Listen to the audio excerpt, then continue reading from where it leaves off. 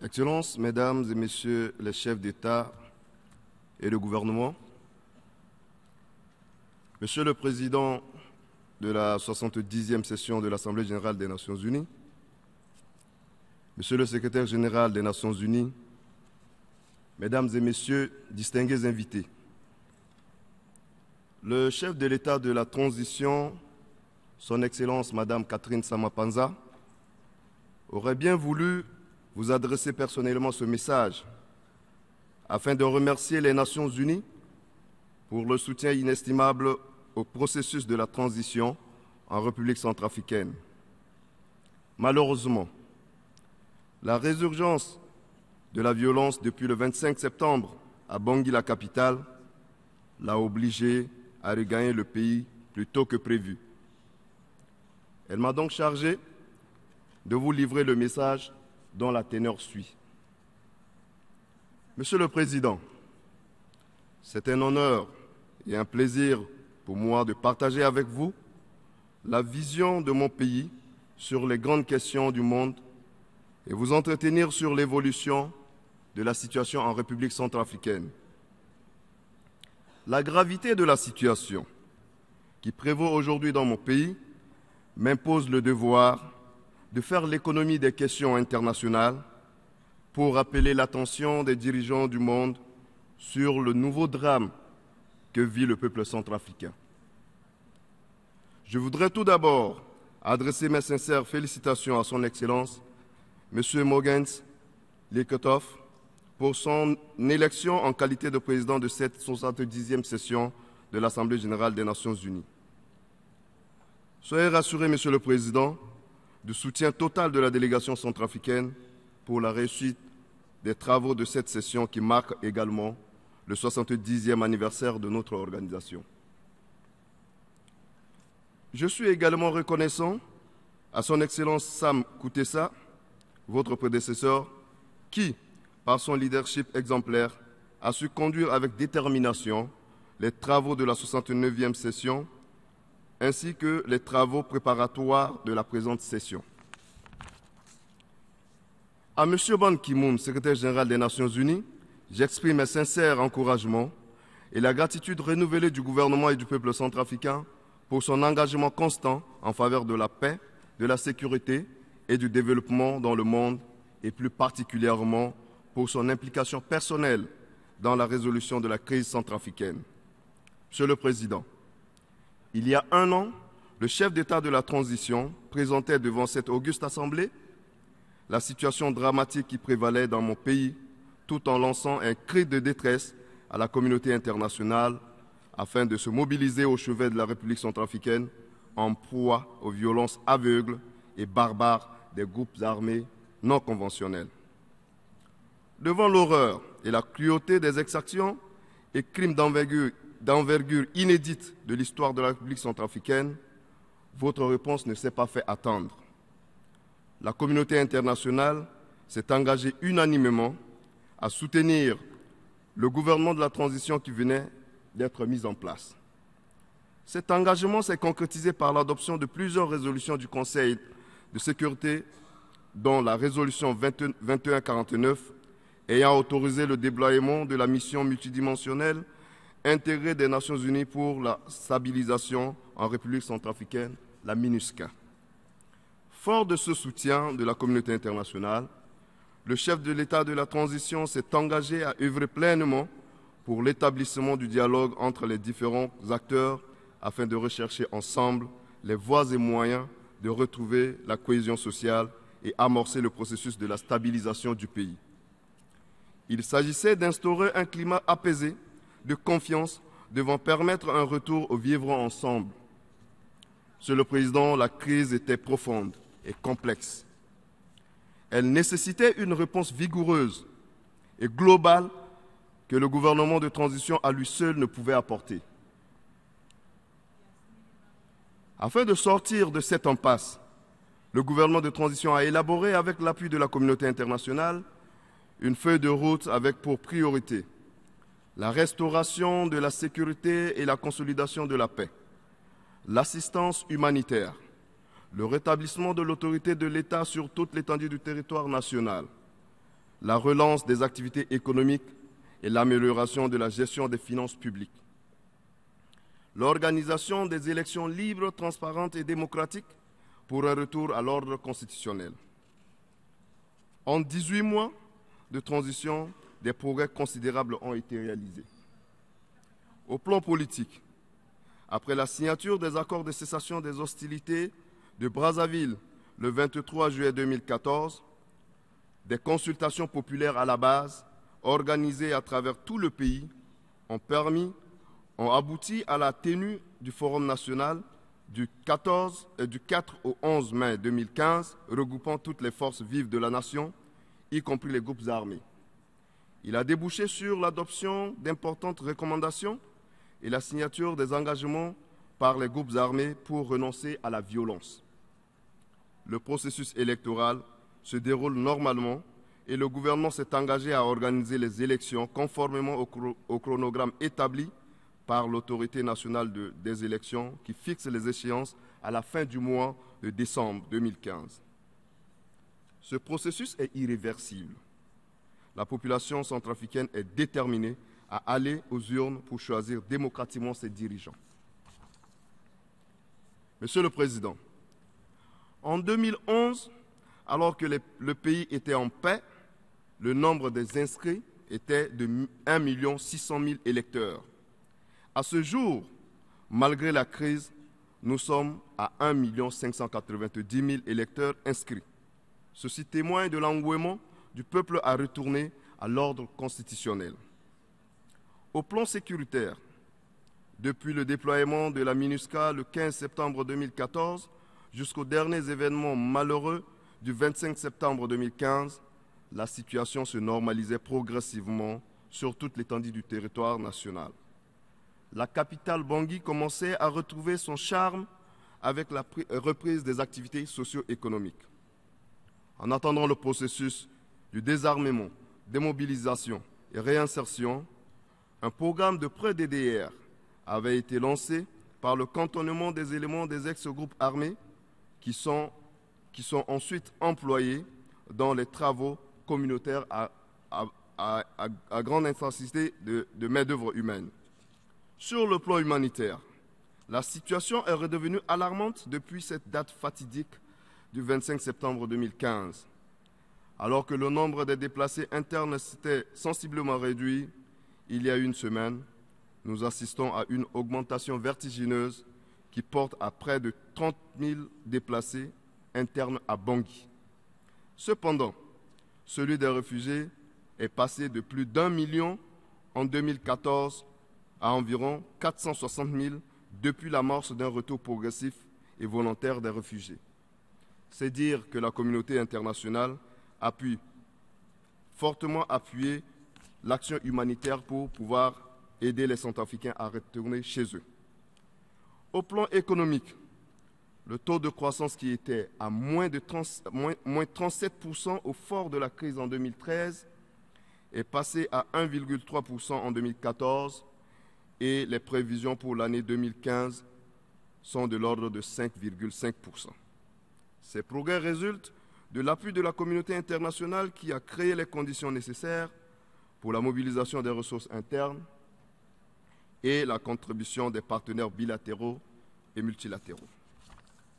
Monsieur le Président, aujourd'hui, après un an de travail inlassable, avec les efforts conjugués du gouvernement de transition et de la communauté internationale, nous aurons pu déclarer avec satisfaction, il y a une semaine, que le drame est derrière nous, que la République centrafricaine se relève progressivement de ses cendres et reprend peu à peu sa place dans le concert des nations. Hélas, au moment où nous sommes venus annoncer aux Nations Unies les résultats encourageants que je viens de citer tout à l'heure, la transition qui tend à sa fin par l'organisation des élections d'ici la fin de l'année 2015, les ennemis de la paix ont une fois de plus porté un coup dur à ce processus le 25 septembre par des actes de violence aveugles, des assassinats et crimes odieux faisant des dizaines de pertes en vies humaines et des destructions des biens publics et privés, ainsi que le déplacement massif de la population. Cette situation démontre à l'évidence que la paix et la réconciliation restent fragiles et exigent des actions plus vigoureuses et soutenues pour éviter à mon pays de retomber dans un nouveau cycle de violence généralisée qui risque de remettre en cause tous les acquis de la transition chèrement obtenus grâce à la détermination du gouvernement et du peuple centrafricain, ainsi qu'au soutien constant de la communauté internationale. C'est là où nous demandons aussi à la communauté internationale et particulièrement aux Nations Unies de pouvoir assurer une plus forte présence en République centrafricaine, une plus forte action en République centrafricaine pour endiguer les velléités de destruction et de criminalité à grande échelle. Pendant 18 mois, l'aspiration légitime du peuple à la stabilité et au développement reste tributaire de la situation sécuritaire très fragile, comme l'attestent les violences qui secouent la ville de Bangui en ce moment. Monsieur le Président, j'ai conscience que plusieurs foyers de crise se sont multipliés dans le monde ces dernières années, que notre organisation fait face à plusieurs défis à la fois, que les ressources s'amenuisent de plus en plus. Mais Monsieur le Président, souvenez-vous de ces milliers d'enfants, de femmes, de vieillards, d'infirmes et autres personnes vulnérables, odieusement et lâchement assassinés, violés, humiliés et contraints de quitter leur demeure pour trouver refuge dans des endroits insalubres et inhumains, sous la pluie, sans abri, parce qu'une poignée d'individus a décidé de réaliser son funeste dessein de déstabilisation de tout un peuple afin d'assouvir sa soif de pouvoir. C'est pour celles et ceux-là que je vous adresse ce message.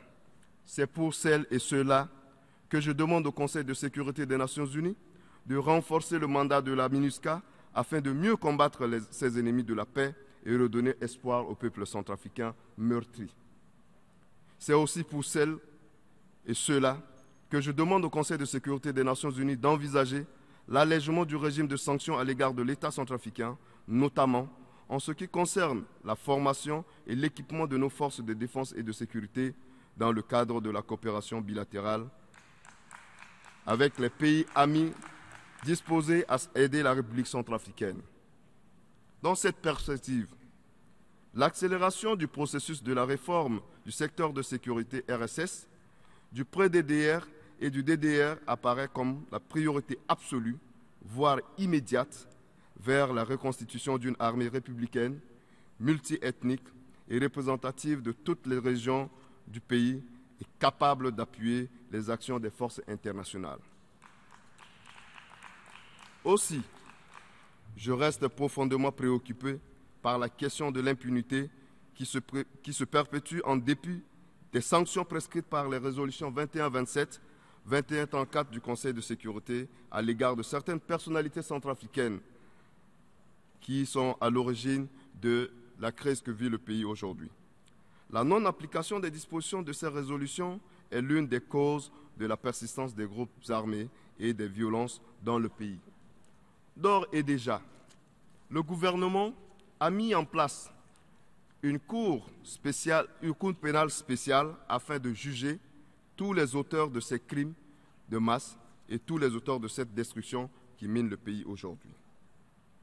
C'est ici le lieu de rendre un vibrant hommage à la MINUSCA et à tous ceux qui ont contribué à redonner espoir au peuple centrafricain, notamment les pays membres du Conseil de sécurité des Nations Unies, de l'Union européenne, de l'Union africaine, de la CEEAC, de la CEMAC, de l'Organisation de la coopération islamique, de la Conférence internationale sur la région des Grands Lacs, ainsi qu'à la France, aux États-Unis d'Amérique et au Royaume du Maroc. Monsieur le Président, cette 70e Assemblée générale se tient dans un contexte de menace généralisée qui interpelle tous les pays épris de justice et de paix. Qu'il s'agisse d'Al-Qaïda au Maghreb islamique, d'Al-Shabaab, de Boko Haram ou encore de l'État islamique, le terrorisme constitue une menace pour l'humanité tout entière et doit retenir l'attention de tous les dirigeants du monde qui doivent coopérer quelles que soient leurs convictions idéologiques et religieuses, à éradiquer ce fléau sans foi ni loi. La République centrafricaine n'est pas épargnée de ces menaces car, en plus des groupes armés qui massacrent impunément la population civile, mon pays fait face, depuis plus d'une décennie, à la LRA de Joseph Kony qui sème la désolation au sud-est du pays. La porosité des frontières au nord-est et au nord-ouest du pays fait de la République centrafricaine un sanctuaire potentiel, sinon probable, du terrorisme, en particulier le funeste groupe de Boko Haram qui sévit actuellement dans les pays frères, le Nigeria et le Cameroun. C'est pourquoi le rétablissement de la sécurité et la restauration de l'autorité de l'État sur tout le territoire national constituent la priorité des priorités afin d'éviter à la République centrafricaine de devenir une zone de repli, de recrutement ou d'approvisionnement des groupes terroristes. Monsieur le Président, aux conflits armés et au terrorisme s'ajoutent les pandémies du VIH-Sida, de la fièvre Ebola et de la pauvreté qui rendent de plus en plus précaire la situation de la majorité des populations de notre planète. Ces pandémies requièrent une solidarité internationale accrue entre les États et un partenariat soutenu entre les gouvernements et la société civile pour les éradiquer. Un autre défi majeur auquel fait face notre humanité est le changement climatique. Ce dérèglement du climat est source d'aggravation des inégalités géographiques, sociales, écologiques, avec ses corollaires néfastes, la pauvreté, la crise migratoire, l'aménagement des ressources pour les générations actuelles et futures. Mon pays, qui fait partie du bassin du Congo, participe à travers ses forêts à la préservation de l'équilibre écologique mondial, mais il est classé parmi les pays les plus pauvres au monde, donc plus vulnérables. Nos priorités de développement restent l'adaptation aux impacts négatifs du changement climatique à travers l'appui de la communauté internationale pour un accès des pays du Sud au financement additionnel et au transfert de la technologie appropriée. Dans cette perspective, les conclusions de la prochaine conférence de Paris, prévue pour le mois de décembre 2015, constituent un signal fort de tous les décideurs de la planète à œuvrer ensemble pour offrir à la génération future un monde où il fera bon à vivre. La République centrafricaine soutient fortement ce processus et sera présent à ce rendez-vous historique. D'autres enjeux comme le respect des droits de l'homme, l'état de droit et la bonne gouvernance sont les conditions d'une paix et d'une sécurité durable. Mais le respect des droits de l'homme ne doit pas constituer un alibi pour faire place à l'impunité. Il doit s'exercer dans le cadre de la justice équitable qui permet aux auteurs des crimes graves de répondre de leurs actes. Le respect des droits humains, c'est aussi le règlement pacifique des différends, le respect de la liberté d'expression, de la préservation de l'intégrité territoriale des États. À ce titre, la République centrafricaine demeure convaincue que la prévention des conflits et le règlement par des moyens pacifiques constituent le gage le plus sûr pour le maintien de la paix et de la sécurité internationale. C'est pourquoi mon pays continue de soutenir le principe du règlement pacifique et politique de la question du Sahara marocain dans le cadre des orientations définies par les Nations Unies.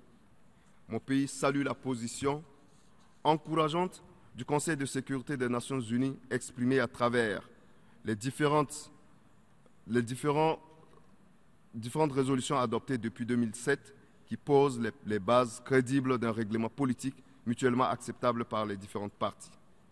La République centrafricaine reste et demeure solidaire de tout processus engagé dans le cadre des Nations Unies. Monsieur le Président, ce 70e anniversaire de l'ONU nous offre l'opportunité d'amorcer la réflexion sur la réforme des instances de notre organisation pour les adapter aux réalités du monde actuel. Il faut donc tracer une nouvelle voie pour la paix et la sécurité mondiale, en engageant une réforme de la principale instance, le Conseil de sécurité, pour le rendre plus démocratique et plus représentatif des différents continents et plus accessible aux pays du Sud. La République centrafricaine soutient le processus de cette réforme qui pourra rendre l'ONU plus apte au règlement des grandes questions au règlement des grandes questions internationales afin de mieux répondre aux attentes des nations. Mon pays plaide également pour un encadrement du droit de veto en allégeant la procédure de l'action internationale dans les situations de conflit ou de catastrophes qui présentent les risques de crimes de masse et de crimes contre l'humanité. La RCA soutient fortement les initiatives communes de la France et du Mexique dans ce sens. Monsieur le Président, je formule le vœu que cette 70e session de l'Assemblée générale des Nations unies soit l'occasion historique où les dirigeants du monde prendront unanimement et courageusement l'engagement de revitaliser notre organisation avec la même détermination que leurs prédécesseurs il y a 70 ans. Je vous remercie pour votre aimable attention. Bon anniversaire.